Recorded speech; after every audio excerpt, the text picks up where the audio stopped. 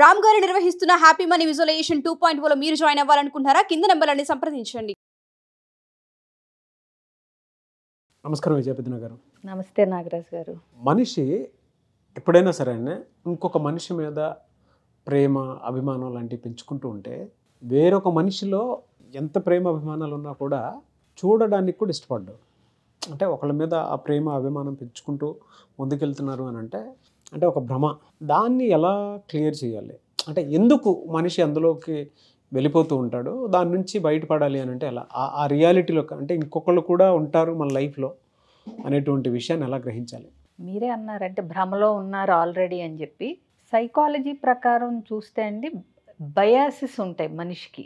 అంటే ఏంటంటే చూడండి, ఇప్పుడు మనకి తెలియకుండా మనం ఒకటి నమ్మినప్పుడు ఆ నమ్మకానికి బలం చేకూర్చే విషయాలే మనకు కనిపిస్తూ ఉంటాయి.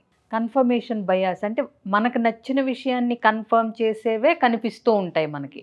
పక్కన ఏం జరుగుతుంది అన్నది మనం అంటే సెలెక్టివ్ అటెన్షన్లోనికి వెళ్ళిపోతాం మనం. సో అందుకని చెప్పి ఏంటంటే ఈ బయాసుల నుంచి కూడా బయటపడగలిగి వాస్తవాన్ని కరెక్ట్గా చూడగలగటం అనేది ప్రయత్నపూర్వకంగా మనం తెలుసుకుని నేర్చుకుని, అంటే నేను ఇట్లా బయాస్డ్గా ఉన్నాను, ఒకవైపే ఉన్నాను అనేది ఈ భ్రమలో ఉన్నానని తెలిసినప్పుడు అందులోంచి బయటికి రావాలనుకున్నప్పుడు జరిగే ప్రక్రియ ఇది. కొంతమంది ఉంటారు ఇక జీవితాంతం ఒకే భ్రమలో ఉండిపోతారు. సో మీకు అంటే దీనికి ఎంత రిలవెంట్ అని కాకపోయినా ఎందుకో ఇది మాట్లాడుతున్నప్పుడు నాకు ఒక అంటే చిన్నప్పుడు చదువుకున్న పద్యం అది ఆ రిలేటెడ్ స్టోరీ ఒకటి గుర్తొచ్చింది. మీకు కవులు తెలుసు కదా, శ్రీనాథ సార్వభౌముడు, బమ్మెర పోతన. విన్నారా వీళ్ళ పేర్లు ఎప్పుడన్నా? ఎందుకు వెళ్ళలేదండి. సో యాక్చువల్గా చాలా మందికి తెలియదు ఏంటంటే వాళ్ళిద్దరూ బావమరుదులు. శ్రీనాథుడు, బమ్మెర పోతన బావమరుదులు. అది ఆ విషయం చాలా మందికి తెలియదు. మీరు చెప్పేంతవరకు నాకు తెలియదు. శ్రీనాథుడు రాజ ఆస్థానంలో అంటే బాగా మంచి అంటే సౌండ్ పార్టీ అని కూడా చెప్పొచ్చు ఇప్పుడు భాషలో చెప్పాలంటే. బమ్మెర పోతన కొంచెం ఫైనాన్షియల్గా తక్కువ స్థాయి, ఎందుకంటే ఈయన రాజాశ్రయం పొందలేదు. సరే ఇది పక్కన పెడదాం. ఒకరోజు శ్రీనాథుడు వాళ్ళ అమ్మాయి సుశీలతో కలిపి బావగారింటికి బమ్మెర పోతన ఇంటికి వచ్చేసరికి కరెక్ట్గా అప్పుడే బమ్మెర పోతన గారు గజేంద్ర మోక్షం అనే ఘట్టం రాస్తూ ఉంటారు. సిరికింజప్పడు శంఖ చక్రయుగమున్ చేదోయి అనుకుంటా ఆ సందర్భంలో గజేంద్రుడు మొరపెట్టుకోగానే విష్ణుమూర్తి అంటే లక్ష్మికి కూడా చెప్పడు, చక్రం కూడా తీసుకోడు, ఉన్న పళాన లేచి పరిగెత్తి పరివారానికి చెప్పడు, ఎవరిని వెనకాల ఆయుధాలు ఏమీ తీసుకోకుండా ఉన్న పళాన లేచి పరుగున వచ్చేసాడు అనే అర్థం వచ్చేలాగా ఉంటుంది ఆ పద్యం.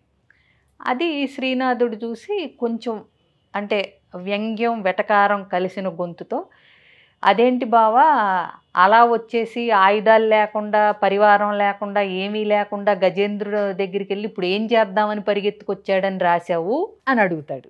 అడిగితే బమ్మెర పోతన ఏం మాట్లాడ్డాం. కాసేపటికి బమ్మెర పోతన వాళ్ళ పిల్లలు శ్రీనాథుడు కూతురు సుశీల ఆడుకోవటానికి బయటికి వెళ్తారు. వీళ్ళిద్దరూ భోంచేస్తూ ఉంటారు. భోంచేస్తూ ఉంటున్నప్పుడు సగంలో ఉండగా పోతన గారి అబ్బాయి వచ్చి మావయ్య శ్రీనాథుడితో సుశీల బావిలో పడిపోయింది ఆడుకుంటా అని చెప్పి అంటాడు. అవును. వెంటనే శ్రీనాథుడు తినేవాడల్లా లేచి పరిగెత్తుకెళ్ళి బావిలోకి తొంగి చూసి అమ్మా సుశీల అని అరుస్తూ ఉంటాడు. అరిచినప్పుడు పక్కనే చెట్టు చాటు నుంచి ఏంటి నాన్న అనుకుంటా వాళ్ళ అమ్మాయి వస్తుంది.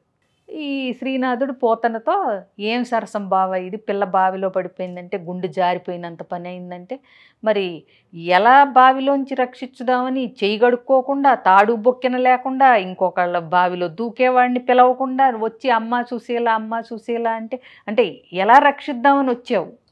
సో భగవంతుడైనా అంతే, భక్తులు పిల్లలతో సమానం. పిలవగానే ఆతృతగా పరిగెత్తుకుంటూ వస్తాడు భగవంతుడైనా సరే. చేతులు కడుక్కుని తాడు బొక్కెన తీసుకుని తీరిగ్గా వద్దాం అనుకోడు అని అంటే అప్పుడు శ్రీనాథుడికి ఉన్న భ్రమలో అంటే ఏంటి, తానే గొప్ప కవినని, తనే అంటే లాజికల్గా థింక్ చేసి రాస్తానని, మిగతా వాళ్ళందరూ సెంటిమెంటల్ ఫూల్స్ అని, తన యొక్క కవిత్వమే తను చూసే కోణమే కవిత్వంలో ఏంటి రచనలో ఏంటి అనేది ఎంత పండితుడైనా సరే ఎక్కడో తెలియని ఒక గర్వం, తనే గొప్పవాడు అనే ఒక భ్రమ, మిగిలిన వాళ్ళందరూ తక్కువ అనే ఒక చిన్న చూపు, ఇవన్నీ తెలియకుండా ఉండేవి శ్రీనాథుల్లో. ఈ దెబ్బతో ఆ భ్రమలన్నీ పటాపంచులైపోయి ఎవరికైనా సరే నిజాన్ని చూడగలిగిన వాడు అంటే ఏంటి, పోతన ఒక నిజమైన భక్తుడు ఆపదలో ఉంటే భగవంతుడైనా సరే ఆలోచించకుండా పరుగు పరుగున వస్తాడు అనేది భగవంతుణ్ణి చూడగలిగి భగవంతుణ్ణి మనసులో నిలుపుకోగలిగి చేసే రచనలు ఇవి. అంతే తప్పితే అంటే ఒక గర్వంతోనో లేకపోతే ఇది రాస్తే బాగుంటుందనో, జనాలకు నచ్చుతుందనో, మహారాజుకు నచ్చుతుందనో కాదు. ఒక ఆర్తితో చేసే రచనలకి అంటే కావ్యాలకి ఆ యొక్క భగవత్ సంకల్పం, ఆ భగవద్ అనుగ్రహం ఉంటుందనేది ఆ రోజు ఆ భ్రమలోంచి బయటకు వచ్చి శ్రీనాథుడికి తెలిసింది. అంటే రియాలిటీ చూడగలిగాడు, కవిత్వం మనసుతో రాసేది చూడగలిగాడు. సో అట్లా భ్రమలు అనేవి ఒక్కొక్కళ్ళకి ఒక్కొక్క రకంగా ఉంటాయి. సో ఎలాంటి భ్రమలైనా తొలగించుకోవాలి. భ్రమలో ఉన్నానని తెలుసుకోగలగటం ఒక గొప్ప లక్షణం. భ్రమలో నుంచి బయటకు వచ్చి రియాలిటీని చూడాలి అని తెలుసుకొని ప్రయత్నించటం ఇంకొక గొప్ప లక్షణం. లేదంటే వీళ్ళు ఎప్పటికీ భ్రమలోంచి బయటికి రాలేరు. ఇంకొకటి, భ్రమలో ఉన్నప్పుడు పక్కనాళ్ళు చెప్తా ఉంటారు, బాబు నువ్వు భ్రమలో ఉన్నావు బయటికి రా అని. అది యాక్సెప్ట్ చేయగలగాలా లేదా? అది కొంతమంది చెయ్యరు, మూర్ఖంగా ఉంటారు. నాది భ్రమ కాదు, ఇదే నిజం, నేను నమ్మిందే నిజం అనే పాయింట్లో ఉంటారు. ఇక అప్పుడు వాళ్ళని మనం బాగు చేయలేము. బట్ భ్రమలో ఉన్నాళ్ళకి చెప్పినప్పుడు తెలుసుకోగలిగి బయటికి రాగలుగుతారు చూడండి. ఆ విజ్ఞత ఉన్నప్పుడు భ్రమల్లోంచి కూడా బయటికి రావచ్చు. ఇప్పుడున్న పొలిటికల్ సినారియోకి అయితే బెస్ట్ మోటివేషనల్ స్టోరీ అని చెప్పొచ్చు. ప్యూర్ సైకాలజీ అయినా సరే విన్నింగ్ ఫార్ములా తోటి బలంగా ఒక్కొక్క భ్రమలో ఉన్నటువంటి కొంతమంది కార్యకర్తలు ఉంటారు, కొంతమంది హీరోయిక్గా తీసుకొని నాయకుడి మీద నమ్మకం పెట్టుకున్నటువంటి వాళ్ళు ఉంటారు. ఆ భ్రమ నుంచి బయటపడడానికి బెస్ట్ మోరల్ స్టోరీ అని చెప్తాను నేనైతే. భ్రమించటం మానవ లక్షణం అండి, కానీ తెలుసుకొని బయటపడటం కూడా మానవ విజ్ఞతతో చేసే ఒక లక్షణం అది కూడా. లేదంటే ఎప్పుడు ఒక పిచ్చి భ్రమలోనే ఉంటే జీవితం అంతా భ్రమలతోనే అయిపోద్ది. మేల్కోవాలి కదా, ఎక్కడో ఒక దగ్గర నిజాన్ని, రియాలిటీని చూడగలగాలి కదా. చూసినప్పుడే హోల్ పిక్చర్ అనేది తెలుస్తుంది. అది ఏదైనా, మీరు అన్న పొలిటికల్ సినారియోనే కావచ్చు, రిలేషన్షిప్పే కావచ్చు, ఏదైనా సరే ఒక నిజాన్ని తెలుసుకునే ప్రయత్నం చెయ్యాలి.